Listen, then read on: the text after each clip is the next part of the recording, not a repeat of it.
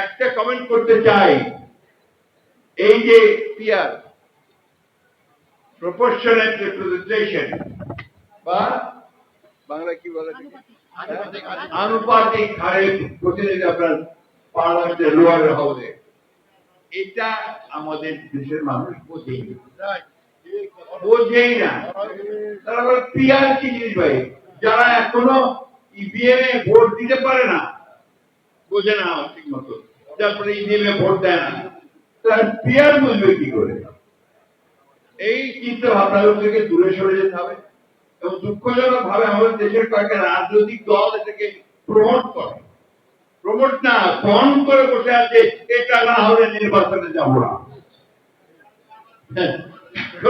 কি বলবো বলেন, এই দেশের মানুষ যেটাতে অভ্যস্ত সেই ভোটের ব্যবস্থা করেন, তার প্রতিনিধিত্বের ব্যবস্থা করেন, তার যে প্রতিনিধিত্ব থাকে, রিপ্রেজেন্টেশন থাকে, সেই পার্লামেন্টের নির্বাচনের ব্যবস্থা করেন, তাহলে এই সমস্যাগুলো সমাধান হবে, না হবে না। বাইরে থেকে এসে বসে বা কাউকে আপনার নতুন নতুন চিন্তা ভাবনা দিয়ে কিন্তু দেশের সমস্যার সমাধান করা যায়।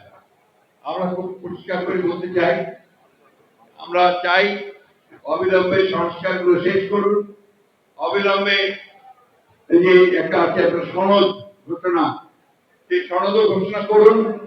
আর দয়া করে নির্বাচনের যে তারিখটা নির্ধারণ করেছেন আমাদের ভারপ্রাপ্ত চেয়ারম্যান জনাব তারেক রহমানের সঙ্গে লন্ডনের বৈঠকে বসে যেটা জাতি অনুপ্রাণিত হয়েছে, আশান্বিত হয়েছে, সেই সময়টাতে নির্বাচন দিন, মানুষ তার অধিকারটা ফিরিয়ে দিন।